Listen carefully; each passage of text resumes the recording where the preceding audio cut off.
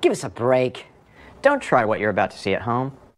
On this episode of MythBusters, we've got booms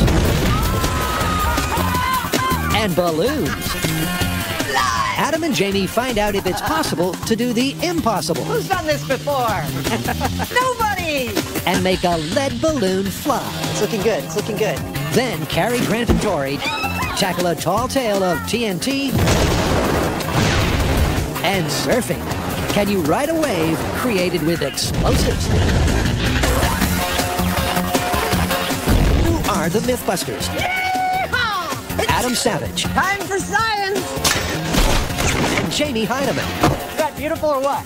Between them, more than 30 years of special effects experience. It bleeds! Let's go! Joining them, Grant Imahara. Don't give up on me now! Tori Belleci. Oh, and that's how we like it. And Carrie Byron. High explosives and electricity. Woo! They don't just tell the myths, they put them to the test.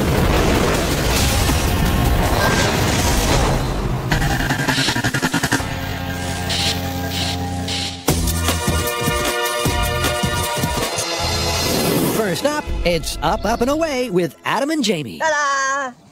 Something tells me balloon myth? Absolutely right. It's not only a balloon myth, it's actually also an idiom. Have you ever heard the expression, going down like a lead balloon? You mean like, that'll never happen? Yeah, something impossible. The myth is that it is totally impossible to make a balloon, like this one, out of lead. And so we're gonna build one. Well, that's the only way to test it is to try. That's what we do. To go over like a lead balloon means you've fallen short, gone bust, or just plain failed to get off the ground, which means an airborne lead balloon is an oxymoron. It'll never happen, because lead's defining characteristic is it's heavy, and heavy just doesn't fly, or does it? You know the envelope of this thing weighs almost 500 pounds?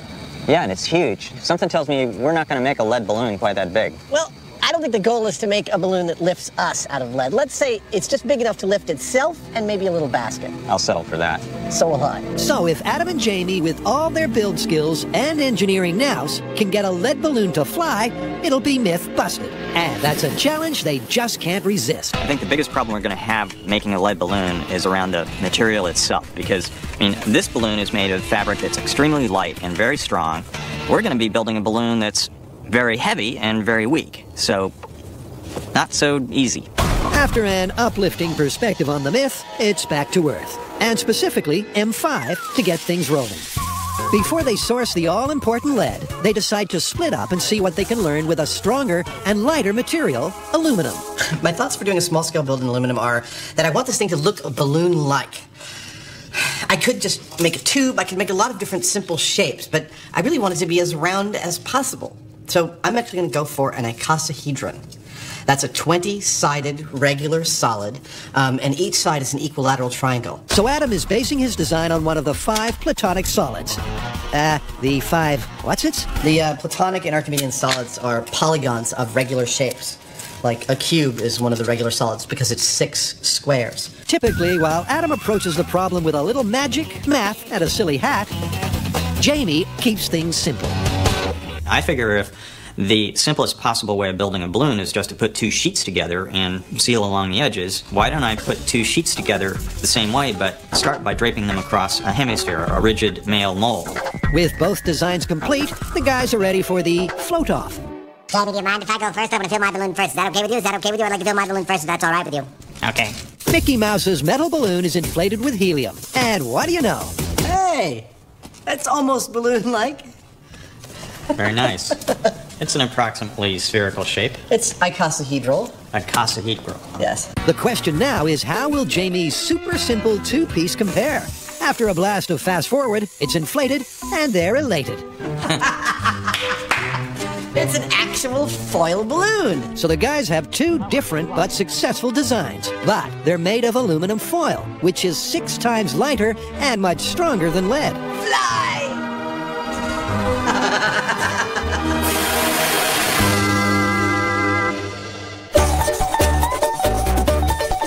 Next, Carrie, Grant, and Tori mix science with the art of surfing and get an explosive result. Shaka!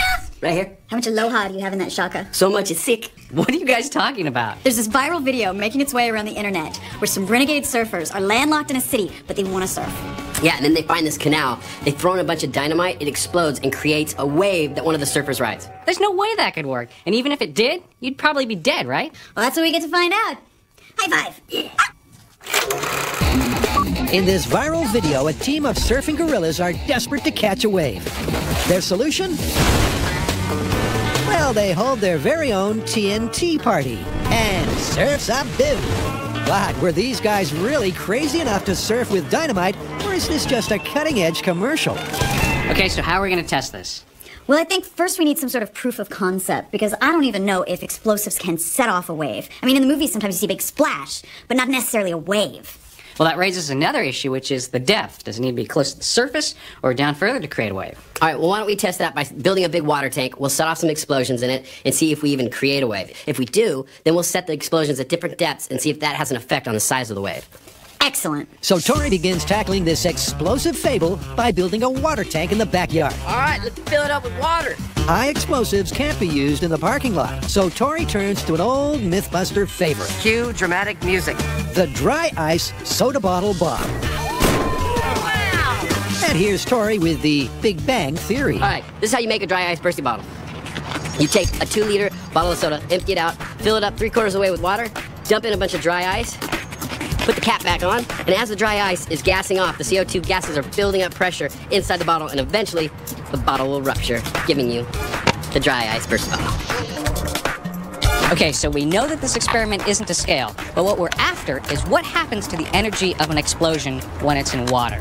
Does it disturb the surface enough to be considered a wave, or does it all just simply go straight up into the air? To find out, the team start with the least likely candidate for a surfable wave, a bottle bomb at the bottom of the tank. Look at the waves. We're getting some swells. The first test was with the bottle almost to the bottom of the pool. That's the worst case scenario in terms of creating some movement at the surface, because the explosion's got to push all the water above it. Next, it's a mid-depth detonation. Dude, that was a much bigger wave. It was a bigger wave, definitely. And finally, a bottle bomb at the surface. It definitely made much smaller ripply waves. So the guys have their proof of concept. An explosion will make waves, and depth is a factor in the size and quality of those waves. And you could say Tori's excited. Have you lost your damn mind? So in theory, this might be able to work. Yeah, but just to clarify, that was not a small scale, just a proof of concept. Yeah, but we did show that an explosion will cause a wave. Yeah, but doesn't a wave have to break before you can ride it? I'm not really sure, so I think we should go and talk to a surfing expert, and we could learn how to surf. Yeah, because if we make a surfable wave, I want to ride it. Cowabunga! Let's rip it! Up! Cowabunga! Life's a beach when you're a MythBuster. I mean, what other job requires you to go surfing for work? And after meeting Heath, their instructor, we learned that surfing lingo is all geek to Grant. I'm ready to rip it and shred some stuff. Did I say that right? Joking aside, before surfing with dynamite, the team needs to know they can plain old surf. Oh, it's cold. Or, even get into the water. We're at Cowell's Beach in Santa Cruz, and this is perfect for us. Because as you can see, the waves are tiny, and that's probably what we're going to get from an explosion in the water, are little waves. And not only that, it's perfect for learning how to surf.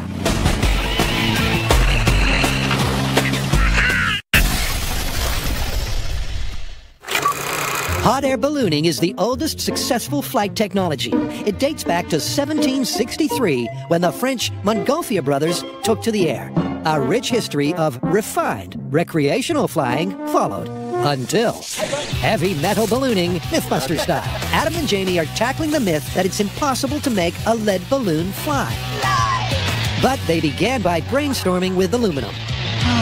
What do you think? I mean, they both worked. I think that we're onto something, but I don't think we can make any conclusions until we see the lead foil. You're right. So all they need is the lead. Simple, right? I didn't think the lead foil was going to be the hardest part of this myth, but it was a hassle to find a U.S. supplier. Hello?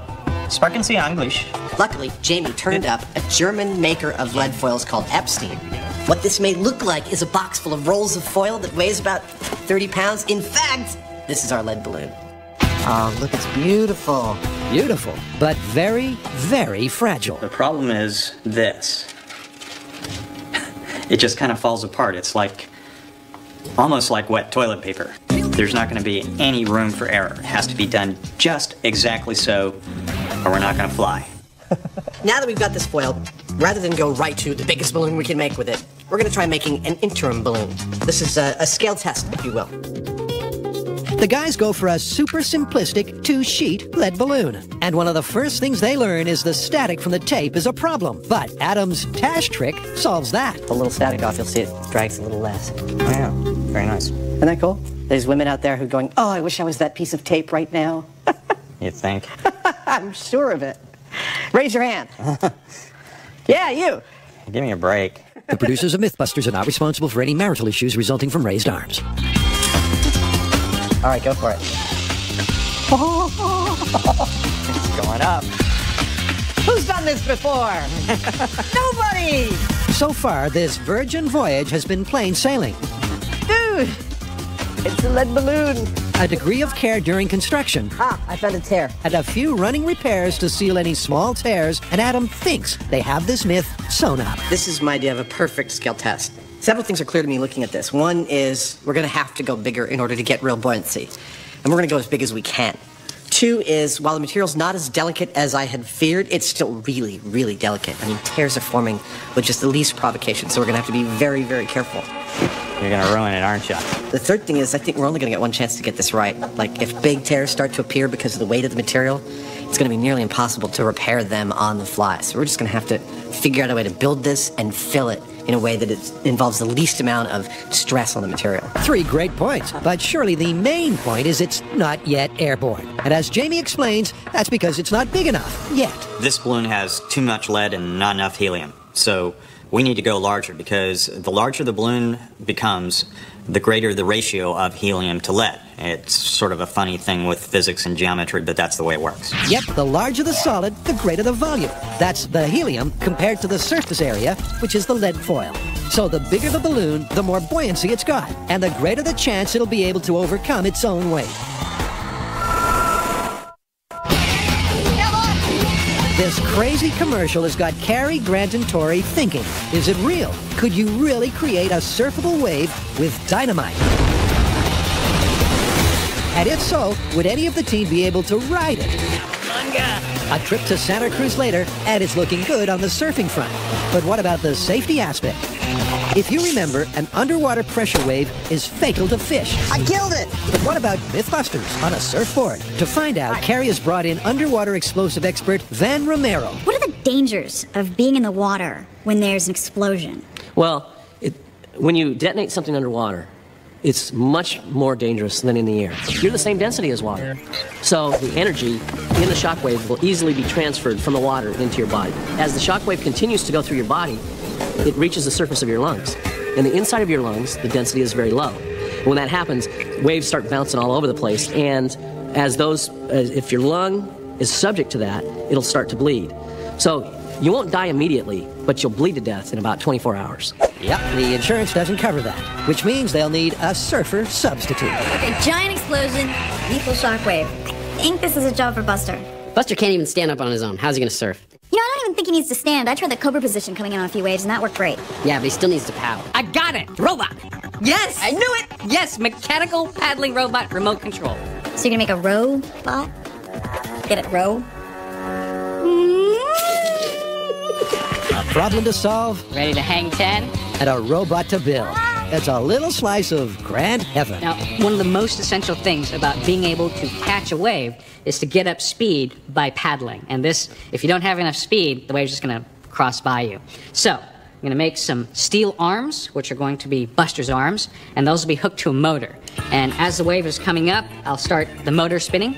That will start the arms of paddling and get Buster's speed up so that hopefully, when the wave hits, they'll be at exactly the right speed and take off. And while Grant finishes the motor to power the paddles, he's drafting Cary for some help. What we're going to do is trace out an arm profile and then cut it out of steel. So you wanted to use my arms because they're big and muscular? Is that what you bring me over for? No, you're going to trace my arms because they're paddly. But mine have more length, so it could, you know. but faster. Yeah. Sorry, the piece of steel I bought will fit my arm. Okay, so do you want me to put a muscle on it? I'll get a pen. With Carrie on arm duty, the guys soon whip the bot into shape, including a remote control rudder, AB foam legs, and torso, modeled, of course, on Grant. Ta-da! And a quick paint job. Okay, so the remote-controlled surfing robot is finally done. It consists of a 10-foot foam board with a paddling mechanism. It has a swivel, just like your real body would move as you paddle out. All the electronics are encased in a waterproof enclosure, has a 12-volt battery. For minor adjustments, there's also a rudder on the back. And the waves over here. Perfect. Now start paddling, dude. Paddle. Okay. It's good to go. I'm ready to hit the waves. So we have our surfer, Frank's bringing the explosives, and our researchers found us a lake. Yeah, it's an angel's camp, and it's a quarry lake, so there's nothing to be killed by the explosion. So no fish in a barrel type lethal shockwave of death. Yeah, well, let's get up there and start making waves. So this beautiful quarry lake is the location for the final experiment. How's he gonna hang 10? He got no feet. And the first order of business is a test run with the surfing robot. I am feeling a little nervous at this point because none of us are going to be allowed to surf. This is our only option for testing the myth. You look nervous. Yes, I'm a little nervous. Now, that having been said, I'm hoping that RoboGrant has been imbued with the natural surfing talent that real Grant has. Well, it didn't flip over. Yep, it looks like Grant has imbued RoboGrant with all of his surfing powers. All right, let me turn him. Nice. Thank you. Thanks. Grant switches the paddle action from freestyle to butterfly. Oh, yeah, he is faster, though. Surf's up, dude. So RoboGrant's good to go. Yeah, spank that water. But Carrie's concerned about our evil genius's motives. Does anybody find it creepy how many Grant robots have been on the show? Is it just me, or is he trying to, like, clone himself and make a little army? I like it. I think we're keeping it.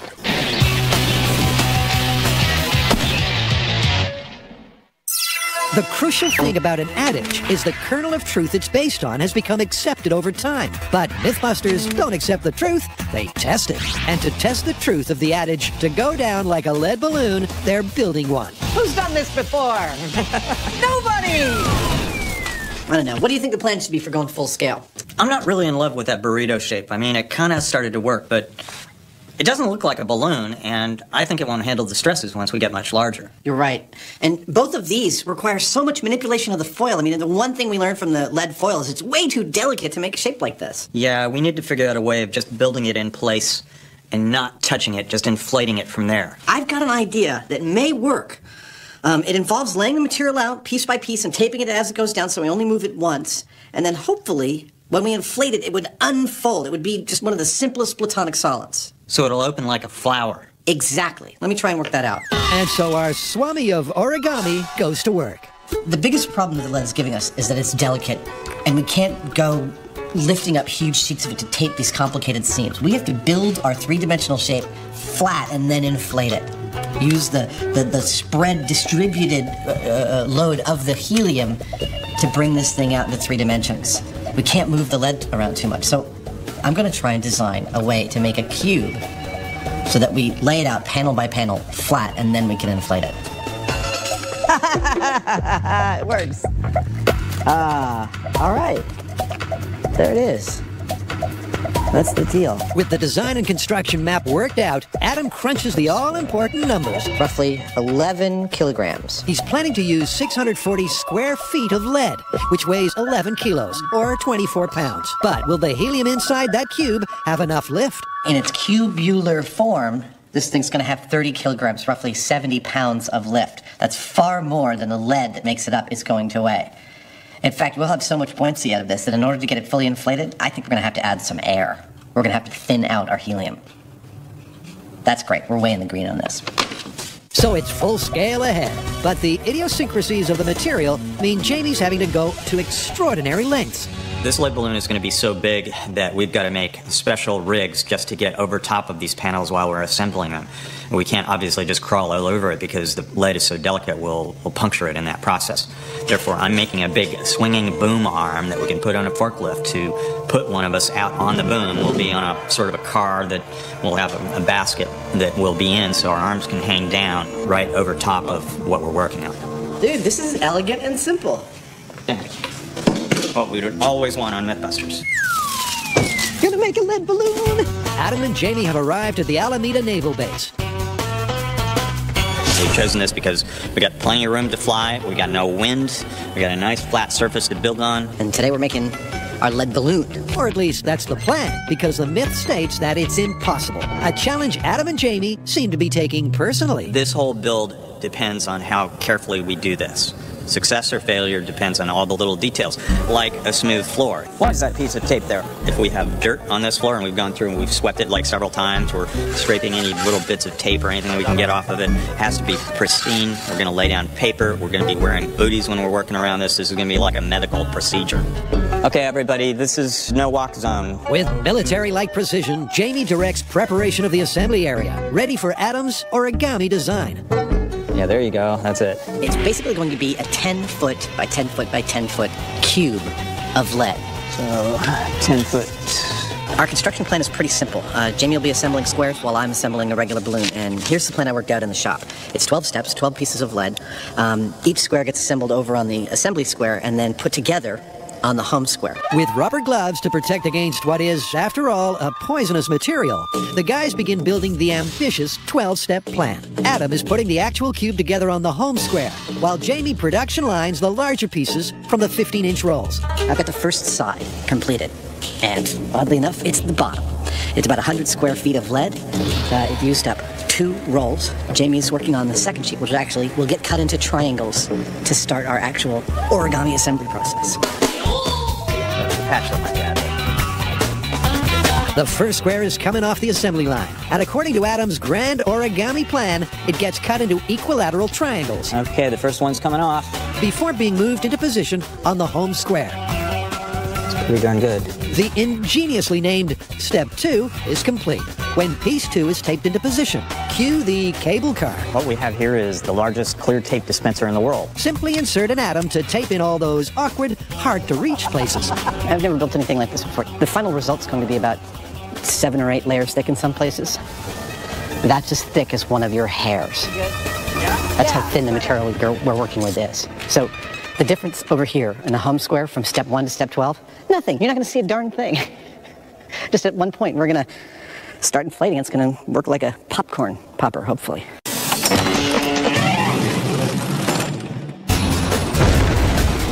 After seeing this internet video, Carrie, Grant, and Tori couldn't resist the myth that it's possible to catch a wave created by dynamite. And with Robo-Grant all set to surf, Carrie and Tori head out onto the lake to work out where to place the explosives. First up, Tori and I are going on a recon mission to figure out what the bottom of the lake bed looks like. We have a depth finder, and the sheriff's department has lent us a boat. Okay, so we can put the circle right there, and then we can measure back for where we want the explosive. That's the location. But what about the strength and depth of the charge? All right, so our shop test showed that the depth, it definitely is a factor at the size of the wave. Now that we're out here, why don't we try setting our explosions at different depths just to see what kind of waves we get? Well, just to start, we've got 50 pounds. You want to put it about 30 feet, see what happens? Sounds good. Now, since we don't really know exactly what depth we want to do this at, we're just trying to figure it out. I was wondering maybe we should save Robo-Grant until we know, we got a good depth and we know we're going to get a good wave. Great. You don't want to wreck them yet? Not yet. Remember, in the viral video, it looks like they used 3 or 4 sticks of dynamite. Maybe 3 pounds? But retired FBI agent Frank Doyle thinks that just won't cut it. He suggests starting with 50 pounds of the high-explosive trinitrotoluene, or TNT. We're ready to go? Fire in the hole! Fire in the hole! Fire in the hole! 3, 2, 1! Dude, you can feel it! Okay, wait, that was 50 pounds? Let's see what kind of wave rolls in. Well, that's pretty huge. That was amazing. That was 50 pounds of TNT, 30 feet deep. But the wave that ended up making it to the shore, maybe about an inch high. Yeah, that energy just totally wasted too deep. Okay, let's split the difference. Let's bring it up to like 12 feet. Sounds good to me. Great. So what we saw here was the same kind of behavior we saw in our shop test, which was if you have the charge too deep, under too much water, you just get a big kind of thud and no wave. Make the drop. So what we're going to do now is move the charge a little bit closer to the surface. Explosives in the water, going down. And see if we can get more of that energy out and hopefully creating a wave. All right, Frank, 12-foot depth with 50 pounds of TNT. Let her rip. 3, 2, 1, and...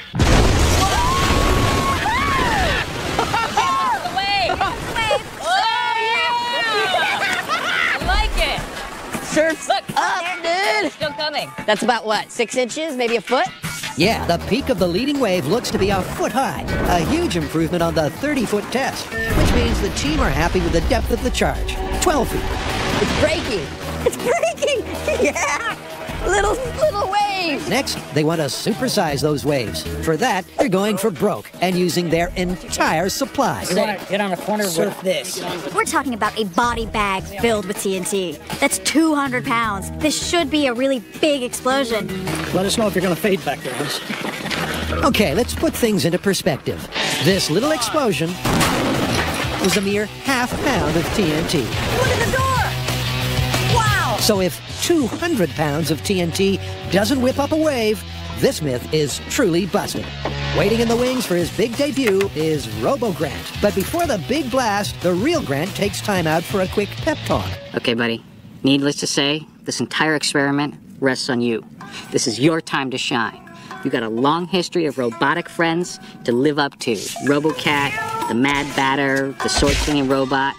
This is your chance, man, all right? Go out there, make us proud. All right, slap away. Good luck, buddy.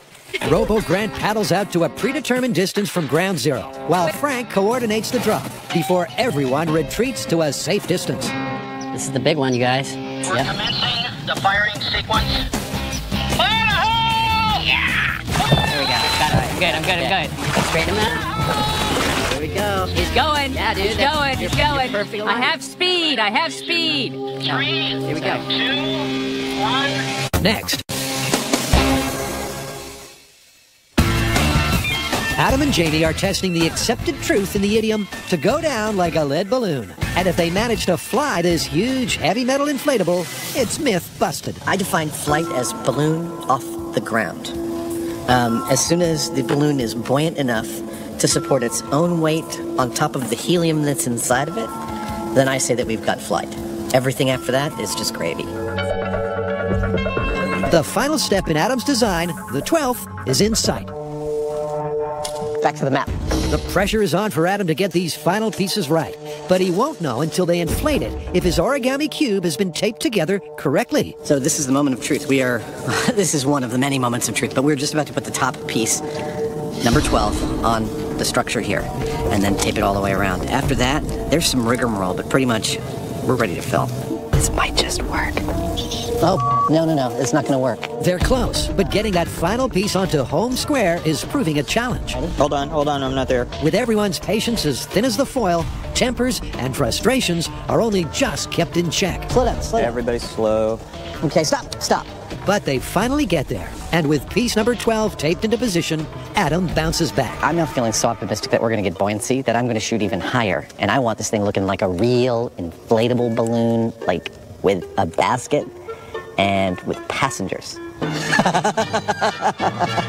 Yes, Jamie and I are going to go for a ride in the lead balloon. Their thin, flat-pack cube is complete. But how are they going to inflate it? Jamie and I have been thinking about ways in which this will fail spectacularly. We're both nervous about this little area in the middle that has to open like a flower with 4 edges scraping over each other. And to hopefully countervene this, we are going to be filling this balloon both into the bottom and into the top. We're hoping to pillow it up so the parts will move and slide over each other with a little less stress than just from the bottom having to lift like 3/4 of the weight of the balloon. All right, so 640 square feet of lead, 11 kilograms, 1,200 feet of helium. You ready? It's going up. You gonna man the valves? I'll do that. All right. Adam is understandably nervous. His clever design is on the line. And as Jamie opens up the helium, one thing's apparent. It's gonna take a while. It's going to be an excruciatingly slow process. This is the hard part. If we get past this, we're golden.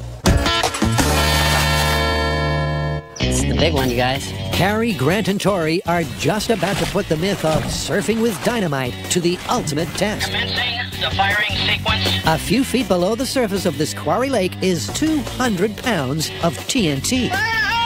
And closer than any human could get is Robo Grant, the surfing robot hanging out for the perfect wave. I have speed. Yeah. Here we go. 2, 1, fire.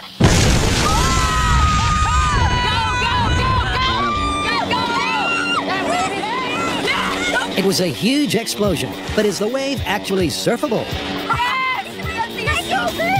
Robo Grant is paddling furiously, and Grant keeps his stunt double on course. But the wave just rolls right under the surfboard. Despite the outrageously over-the-top quantity of TNT, the wave still wasn't surfable. As it radiates from the epicenter in an ever-increasing circle, it runs out of energy, leaving Robo Grant thinking about his next trip to Maui, unlike the team, who, when they get a bang like this, are always satisfied. Nice job! Nice job. That was not anything like the video at all. That was definitely CG, and I see one major flaw with a wave being surfed from an explosion. It's you get a radial wave, and it just dissipates too small. It's not like the ocean, where it just carries on. Yeah, you know, he was paddling and paddling, and he had enough speed, and he looked like he was starting to catch it, but then the wave went away. Just kind of went... But, I mean, you can't get a bigger explosion than that for what we're doing. That was amazing! No, That was perfect. great. But on top of all that, if you were in the water and a bomb that big went off that close to you, you would be dead. Yeah. So Good this point. one's totally busted. Busted!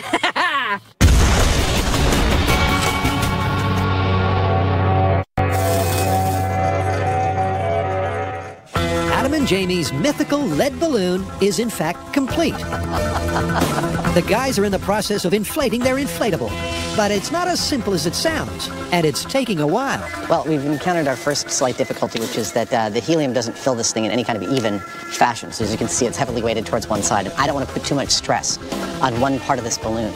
I would like to even it out as much as I can. So we're going to take a big plastic drop cloth, lay it over this, and use it to kind of even out the helium's filling of the balloon. Yes. Hopefully that'll keep it stable. I like that a lot better. Yeah, me too. With Adam monitoring and fretting over even the slightest tear, I'm nervous because of the way I saw things fold straight in pairs in a burrito. But right now, I'm provisionally happy. and Jamie carefully controlling the flow of helium and air into the top and bottom of the cube, it slowly but surely rises. We're putting air in this because we think we actually have too much buoyancy. We want it to just barely come off the ground. Otherwise, we're liable to rip something. If we can get it so it ever so gently goes up, we're golden. By mixing the heavier and less buoyant air with helium, they're hoping to prevent any sudden lift that would tear the delicate lead foil apart. Okay, before it becomes too much trouble, I want to pull the visqueen off and have everyone grab the cords. Whatever you think. Okay. Adam directs his troops, and the plastic drop cloth is carefully removed. It's looking good. It's looking good. Okay, everyone go ahead and let it up a little bit. Go ahead, let's get some helium. And the flat pack origami cube slowly comes to life. I don't see any major holes. I don't see any major failure points, but I'm keeping a close eye on it. Hey, Adam. Yeah. Congratulations on the design. It unfolded and twisted out just the way it was supposed to. Whether it flies or not, I don't know, but your plan worked. I'm really psyched about this one. The cube may be taking shape, but with the containment of the plastic gone, the foil is free to shift and ripple. Ah, there we go. I knew I felt something. A big rip here. And suddenly the build picks up pace. Opening tank 3. I got a hole. Teetering on the tipping point of failure. Good. Hold on tight to that. And the promise of flight. Oh, hold on to it. Hold on to it. Hold on. That's it. Rips and tears appear everywhere. But like the little boy in the dike, Adam stays ahead of the leaks. This is looking okay. And incredibly, the lead balloon keeps rising. Woo! It's a balloon made out of lead, and it's up there. It's floating. It worked. But Adam, for one, ain't satisfied with just off the ground. I still want more balloonness out of it. I know. He wants all the knobs, bells, and baskets he can get. Without requiring expensive insurance, our disposable hosts are in the basket, ready for liftoff. And with a few more gentle blasts of helium, the real Adam and Jamie watch their experiment go up like a lead balloon. Dude. That is a lead balloon. I am really pleased. We might have been able to get away with a smaller balloon, but this is a lead balloon. We did it. That worked beautiful. It's perfect. 11 kilos of lead hanging right over my head. And if I let this go, it's going up. It's just amazing. Well, I tell you, that might be ridiculously impractical, but, you know, if someone says it's impossible, we just take it as a challenge. Busted idiom. which leaves just one thing left to do. How are we going to get it down? How about with a baseball? It's time to destroy it. It was inevitable, really. Go ahead and throw it. Like a sandcastle at the end of a summer's day, the kids can't help but destroy their creation.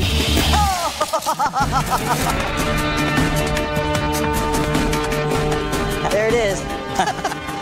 All right. That's a chunk of lead. Good job, well done. Let's go.